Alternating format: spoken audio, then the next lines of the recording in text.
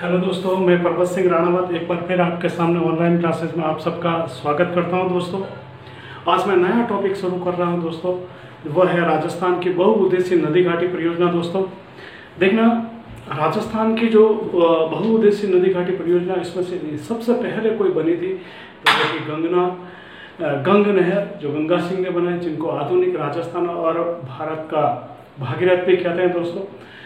लेकिन सबसे महत्वपूर्ण जो परियोजना है दोस्तों, वह है अपनी इंदिरा गांधी नहर परियोजना। तो दोस्तों मैं सबसे पहले आज उसको ले रहा हूँ। कैसे हुआ था, क्या हुआ था दोस्तों बता। इस समय गंग नहर के समय जो भारत के जो गवर्नर जनरल थे वह लॉर्ड इरविन थे, और उनसे महाराजा गंगा सिंह की जो समस्या थी, उनका पानी पीने का समस्या था, सिंचाई के क्षेत्र में इसके लिए बंद नहीं रही, तो इसका वापस इसके बारे में इन्होंने सोचना शुरू किया। लेकिन इसी दरमियान उनकी मृत्यु हुई, और उसके बाद जो शासक बने वो बने शार्दुल सिंह, और शार्दुल सिंह जी ने सबसे पहले वहाँ से सतलज से नहर निकालने का सपना देखा। तो इंदिरा गांधी नहर का जो सपना देखा था दोस्तों, वह सपना देखने वाला व्यक्ति था शार्दुल सिंह। बीकानेर के शासक थे, और शार्दुल सिंह ने यह सपना देखा था दोस्तों। जब इन्होंने ये सपना देखा तो इस सपने को पूरा कराने के लिए इनको एक अभियंता की जरूरत थी। तो इन्होंने खोज खबर शुरू की, और पंजाब से इन्हें एक अभियंता मिले दोस्तों, जिनका नाम था कंवर सेन। क्या नाम था दोस्तों? कंवर सेन।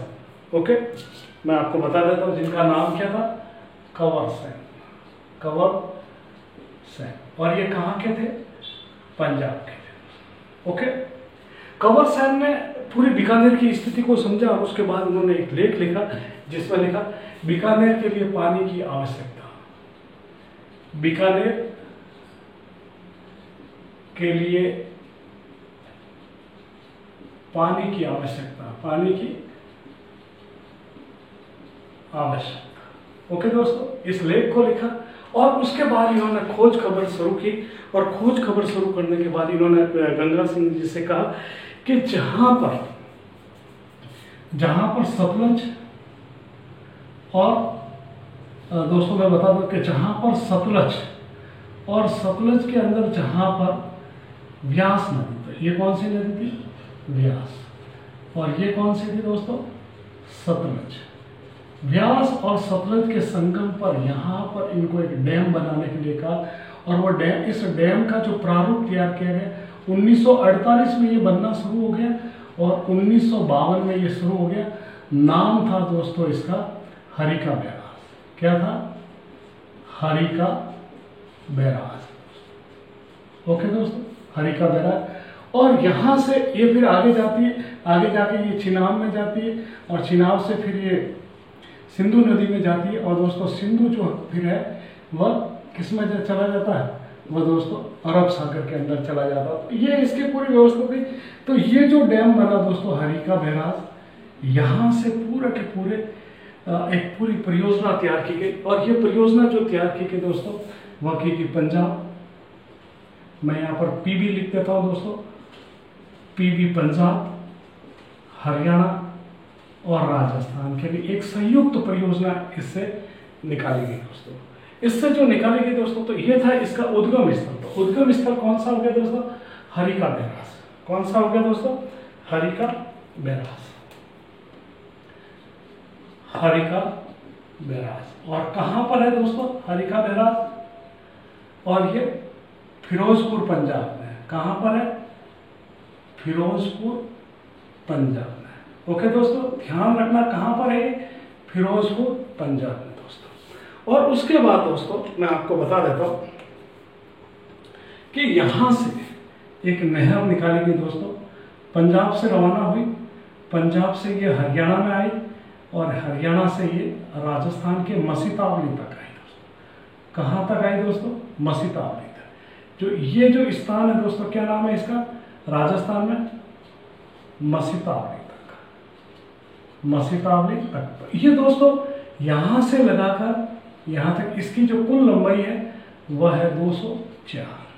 अब ये पंजाब से रवाना होती है, फिर हरियाणा के अंदर, और फिर राजस्थान के अंदर। इसकी जो कुल लंबाई कितनी है? 204 किलोमीटर। पंजाब में कितनी है दोस्तों इसकी? 150 किलोमीटर। हरियाणा में इसकी 19 किलोमीटर और राजस्थान में जो इसकी लंबाई है दोस्तों वह है 35 किलोमीटर। तो इसको आज भी राजस्थान फीडर बोलते हैं और राजस्थान के अंदर ये 35 किलोमीटर चलती है और फिर मसतावली तक आती है और राजस्थान में जो ये प्रवेश करती है हनुमानगढ़ जिले में करती है। तो राजस्थान में इसका जो प्रवेश कहाँ है दोस्तों, इसका जो प्रवेश होता है वो हनुमानगढ़, और हनुमानगढ़ में इस जगह का जो नाम है दोस्तों वह है खरखेड़ा। खरखेड़ा दोस्तों याद रखना, राजस्थान में किस जगह प्रवेश होती है, खरखेड़ा। और खरखेड़ा के बाद में राजस्थान दोस्तों ये पंजाब, और पंजाब से ये बीकानेर, बीकानेर के बाद में ये जैसलमेर तक आती है। कहाँ तक आती है दोस्तों, जैसलमेर तक आती है। ओके दोस्तों, अब यहां से बीकानेर में देखना, बीकानेर के सत्तासर तक, कहां तक दोस्तों, बीकानेर में सत्तासर, यहां से लगाकर यहां तक ये जो नहर बनी दोस्तों, ये नहर बनी थी दोस्तों प्रथम चरण में। किस चरण में दोस्तों, प्रथम चरण। और इसकी जो यहां से यहां तक कुल लंबाई थी मसीतावली से लगाकर सत्तासर तक इसकी जो कुल लंबाई थी वह थी 189 किलोमीटर। ओके दोस्तों, तो यहां तक इसकी जो, अगर इसमें हम यदि 204 यदि प्लस करें तो इसकी जो कुल लंबाई हो जाती है दोस्तों 393 किलोमीटर तक, यहां तक दोस्तों। फिर दूसरे चरण में ये जो यहां से यहां तक प्रथम चरण में बनी, और यहां से आगे जो बनती है दोस्तों वह बनती है दूसरे चरण में। ओके, दूसरे चरण में ये कहां तक आती है, मोहनगढ़ तक। मोहनगढ़ तक, मोहनगढ़ तक इसकी जो लंबाई हो जाती है वो सत्तासर से मोहनगढ़ तक जो इसकी लंबाई होती है वह 256 किलोमीटर। और अगर इसकी देखना दोस्तों, अब यदि हम बात करें कि यहां अगर आपको पूछे कि मुख्य नहर कहां से कहां तक है, क्या नहर, मुख्य नहर कहां से कहां तक है दोस्तों, तो मैं बता देता हूं कि मुख्य नहर, जो मुख्य नहर है वो कहां से तक है, मसीतावली से मोहनगढ़,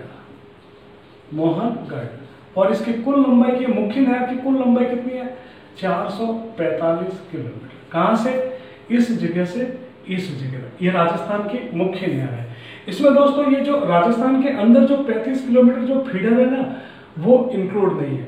अगर इस नहर की कुल लंबाई पूछा गया राजस्थान में इंदिरा गांधी नहर की कुल लंबाई कितनी है, तब दोस्तों इसमें 445 प्लस 35 जोड़ना पड़ेगा और उसके बाद आपको निकाल, तो इसकी जो कुल जो लंबाई आ रही है दोस्तों वह आ रही है 480 किलोमीटर।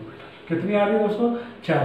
अगर आपको परीक्षा में पूछा जाता है कि इंदिरा गांधी नहर की मुख्य लंबाई कितनी है राजस्थान में, तो राजस्थान के अंदर कुल लंबाई पूछी जाए, राजस्थान के अंदर कुल लंबाई पूछी जाए तो ये कितनी हो जाएगी दोस्तों, 480 किलोमीटर। अगर आपको पूछा जाता है कि इंदिरा गांधी नहर की और जो पूरी जो नहर है इसकी कुल लंबाई कितनी है, तो कुल लंबाई कितनी हो जाएगी दोस्तों, अगर राजस्थान के अंदर पूछे कि राजस्थान के अंदर इसकी लंबाई कितनी है, तो मसीतावली से तक 445 और 35, और कुल लंबाई इंदिरा गांधी नहर की यदि राजस्थान फीडर प्लस इंदिरा गांधी नहर की कुल लंबाई पूछी जाए दोस्तों तो 445 प्लस कितनी हो जाएगी दोस्तों, 204।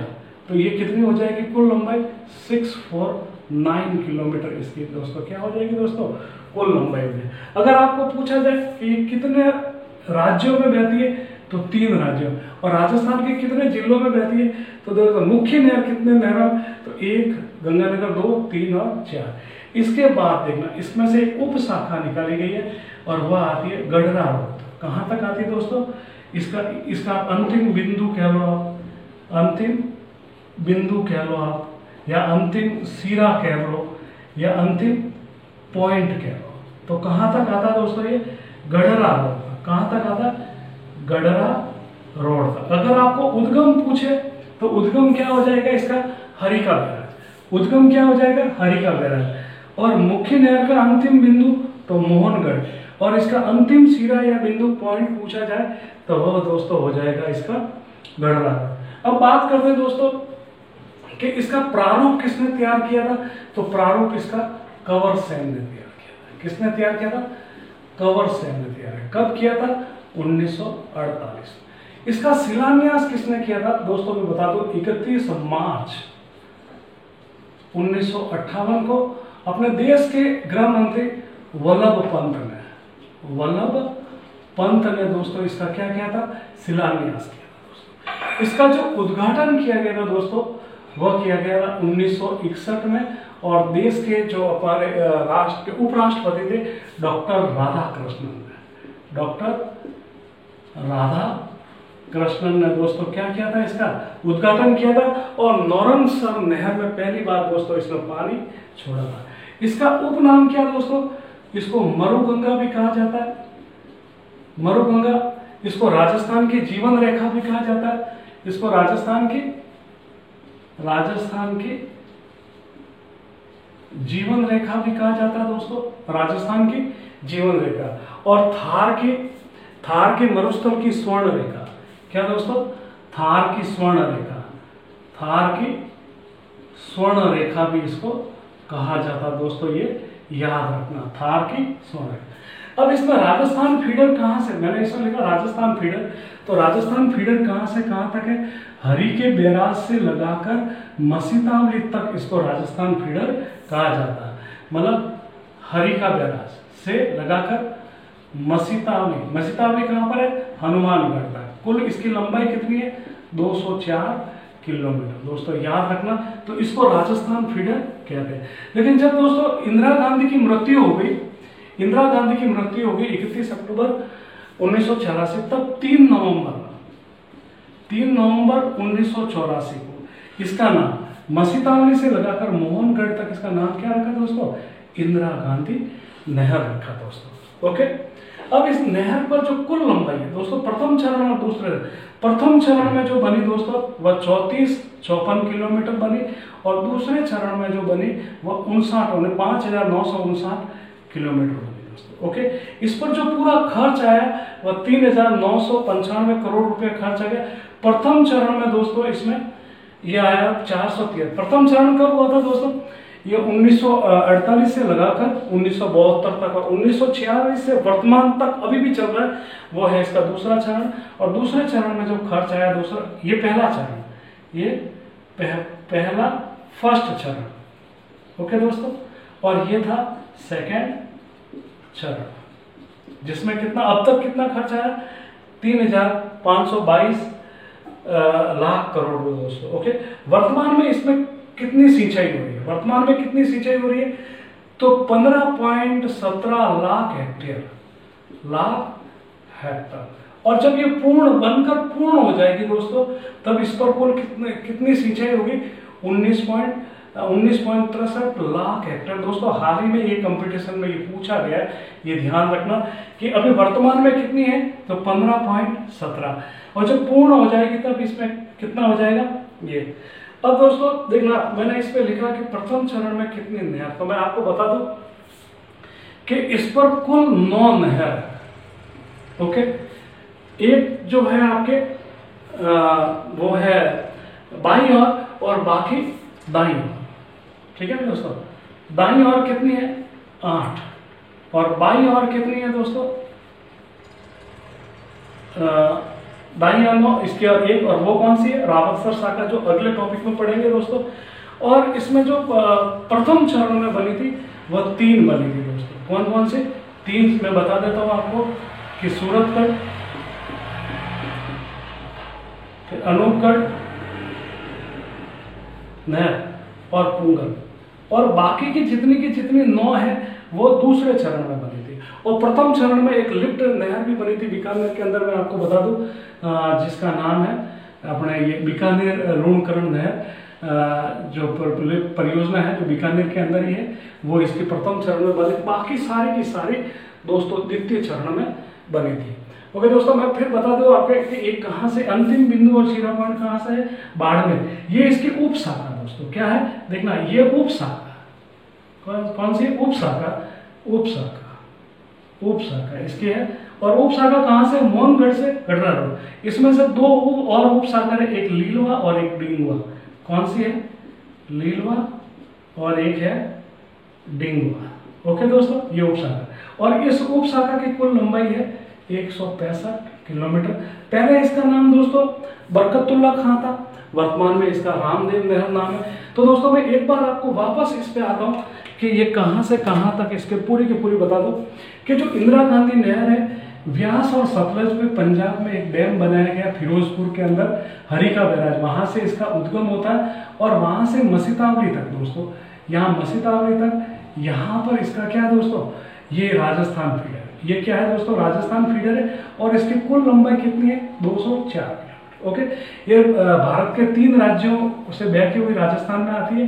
पहले जो राजस्थान फीडर की लंबाई 204, जिसमें 150 पंजाब में, 19 हरियाणा में और 35 किलोमीटर ये राजस्थान में आती है। तो राजस्थान फीडर, अगर आपको पूछे राजस्थान फीडर राजस्थान के अंदर कितना बहता है, तो 35 किलोमीटर। इसके बाद प्रथम चरण तक ये 77 तक बनी, पुंगल के 77 तक बनी और 189, मतलब यहाँ से यहाँ तक ये पहले चरण में बनी और यहाँ से यहाँ तक दूसरे।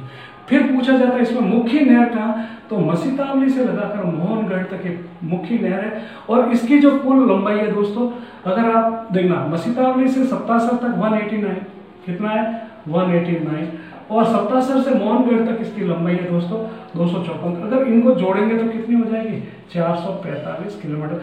तो ये हमारी क्या है दोस्तों, मुख्य नहर। अगर इसमें पूछे कि इस नहर की राजस्थान में कुल लंबाई कितनी है, तो 445 में आप कितने जोड़ लोगे, 35। ये राजस्थान फीडर 35 बहती है, तो इन दोनों को जोड़ेंगे तो कितनी हो जाएगी, 480 किलोमीटर। ओके दोस्तों, इस प्रकार जो मुख्य नहर और कुल नहर, मुख्य नहर की लंबाई कितनी है 450, कुल लंबाई राजस्थान में कितनी है 480 किलोमीटर। अगर और हरिके बैराज से लगाकर यहाँ तक इसकी कुल लंबाई कितनी है, तो वो हरिके बैराज से तो इसकी कुल लंबाई हो जाएगी 649 किलोमीटर। दोस्तों यार हरिके बैराज से लगाकर मोहनगढ़ तक इसकी कुल लंबाई कितनी हो जाएगी दोस्तों, 649 किलोमीटर हो जाएगी। कैसे हो जाएगी, आप इसमें 445 में आप 204 और जोड़ोगे तो 649 आ जाएगा। उप शाखा की लंबाई अलग है, वो 165 और उप शाखा को वर्तमान में रामदेव नहर कहते हैं दोस्तों। ओके, अब ये देखना इस नहर से सबसे ज्यादा फायदा किसको हो रहा है, सर्वाधिक फायदा बीकानेर को होगा, सर्वाधिक फायदा। ओके, और अगर क्षेत्रफल की दृष्टि से देखें तो हनुमानगढ़ को, और मतलब प्रतिशत की दृष्टि से देखें, प्रतिशत की दृष्टि से सबसे ज्यादा फायदा किसको हो रहा है, हनुमानगढ़। और क्षेत्रफल की दृष्टि से देखें सर्वाधिक फायदा, तो पहले नंबर पर बीकानेर पहले नंबर पर और दूसरे नंबर पे हो जाएगा आपका जैसलमेर, लेकिन प्रतिशत की दृष्टि से हनुमानगढ़। तो ये थी दोस्तों आज की मेरी क्लास की जो मुख्य बात है। और इस पर देखना दोस्तों 9 नहर है और 7 लिफ्ट है दोस्तों। ओके, ये ध्यान रखना, पहले चरण में जो बनी थी लिफ्ट वो बीकानेर हनुमानगढ़ में। और पेयजल की दृष्टि से इस पर 3 बड़ी पेयजल परियोजना है दोस्तों, और जो 9 नहर है उसमें से 5 नहरों पर दोस्तों विद्युत उत्पादन का भी होता है। तो इसका ये जो इसके जो आज जो मुझे आपको बताना था दोस्तों, वह इंदिरा गांधी नहर की मुख्य विशेषता। तो ये मुख्य विशेषता बताइए। इसका अगला जो टॉपिक पढ़ेंगे दोस्तों, वो हम पढ़ेंगे केवल इसकी नहरों पर, और इसका जो तीसरा पार्ट में लेके आऊंगा वह इसकी लिफ्ट परियोजना पर लेके आऊंगा। तो दोस्तों ये थी मेरी आज की क्लास। अगर मेरी क्लास बहुत अच्छी लगे दोस्तों तो लाइक शेयर एंड सब्सक्राइब जरूर करें दोस्तों। नमस्ते।